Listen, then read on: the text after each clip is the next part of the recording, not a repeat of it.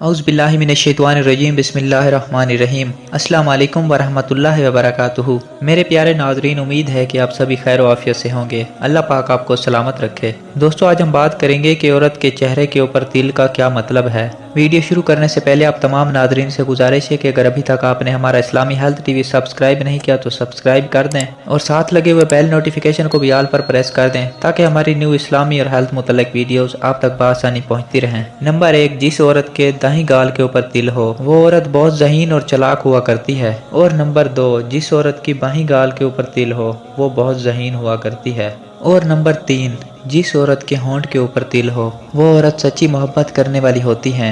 ऐसी औरत नसीब वालों को ही मिलती है। और नंबर 4, जिस औरत के माथे के ऊपर तिल होता है वो औरत बहुत खुश नसीब होती है। जो भी चाहती है उसे मिल जाता है।